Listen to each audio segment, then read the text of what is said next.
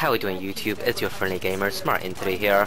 Today I'm going to talk about the Akzani and the Silva and Aegis. Now, I actually had the clips made a few days ago because I was hoping to release these weapons with a top tier weapon, because let's face it, neither of them are top tier. The Akzani especially is extremely weak. But because the new counter weapon is a clean tech, so it takes 3 days research and another 12 to 24 hours to build, I thought I'd better release these first, just so, people are still remembering them, people are still using them. Okay, so I have the Akzani comparing to the Dex Furious. Both of them are completely unmodded. These two weapons work pretty similar in that they do low damage per bullet, but have a large magazine size and a higher fire rate, so it works on that sort of sustained rapid firing, if you like. Now, having had a look at the stats, the Dex Furious is quite literally directly superior than the Akzani. It's either equal stats or higher stats. Now, the only area that the Akzani is better at than the Dex Furious is it has a ammo bank of 400. So when you jump into a mission, you got 100 in your clip and 400 in the bank, so 500 bullets in total.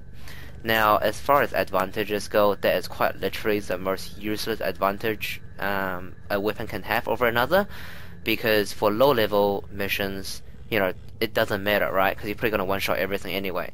And in higher-level missions, so things like your 60-minute survival, 30-plus wave defense, that extra ammo bank is not going to count, right? As for weapons like these, rapid firing, that extra ammo bank or extra 200 bullet probably will allow you to kill one or two more enemies.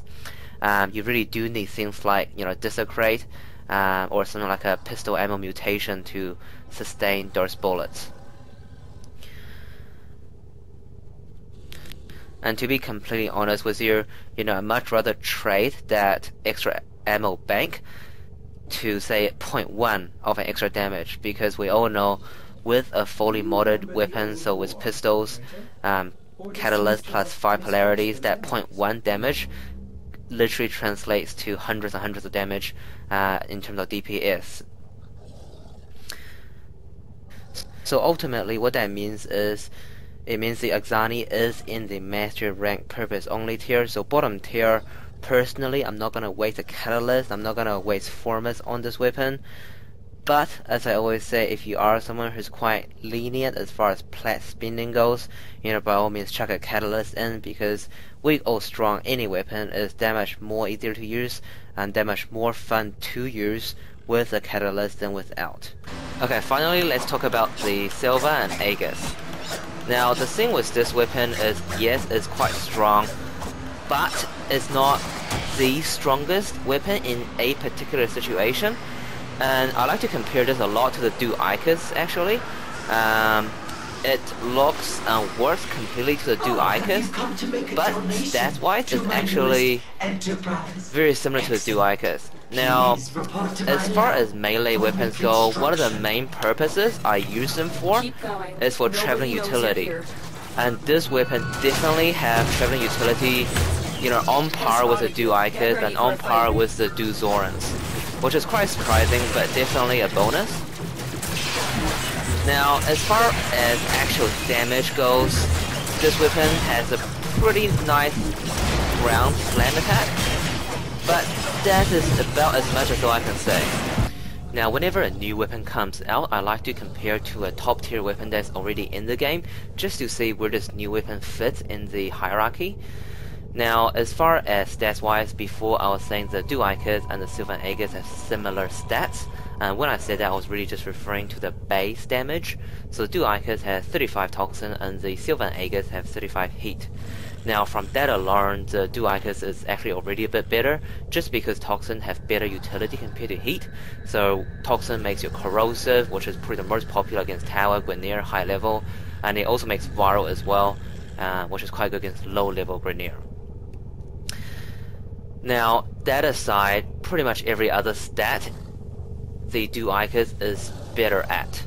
Now, attack speed 1.1 versus 1.1 is not that big a deal, But looking at a melee weapon that has no reload, no magazine size, and you be pretty much spamming it non-stop, 0.1 does add up over time. Now, critical, this is probably the most important difference between the two weapons. So, dual ichors, because of its high crit chance and high crit damage, it allows a crit berserker build, which increase speed, increase crit chance, increase crit damage, and that exponentially makes it stronger than something like the Silva and Aegis, which can't utilize a crit build. Now, starters, no one really cared that much about. Spin attack, leap attack, wall attack, at a D3. You know, I use spin attack the most. I know a few people, especially the beginners, like to use leap attack, but the spin attack is just so much higher. Not that significant, just because utility-wise, you don't use it that often, but it is a lot higher, and with mods, that is, you know, exponentially that much more higher. So all in all, what does this mean? It basically means the Silva and Aegis is a strong weapon, but as far as gameplay, utility, just general usage goes, it is overall inferior to the dual ichors, and for that reason alone, I have to put the Silva and Aegis into the master rank purpose only tier. So personally, I'm not going to put a catalyst in it, but as I always say, if you are someone who is quite lenient as far as plat spinning goes, you know, definitely fine to put a catalyst in. It is that much more fun. But if you're someone who is quite plat conservative, such as myself, I'll probably save the catalyst for a future top tier weapon, prime weapon, or just, you know, a good solid utility weapon. Okay guys, so that's pretty much it for these two weapons. Now going forward, I think I will just release weapons as they come out, other than, you know, wait until a top tier weapon comes out and squish them together. But you know, having said that, I do want to put a word of warning in that if I see a bad weapon, you know, I'm not going to put a catalyst in. What I will do is, you know, I will do a bit of gameplay, I'll show them off a bit, and I'll compare to, say, a top tier weapon. Just look at the stats a bit, just see, you know, how this weapon compares and why this weapon is good or bad. Alright guys, please like, comment, and subscribe, and I'll see you guys next time. Cheers.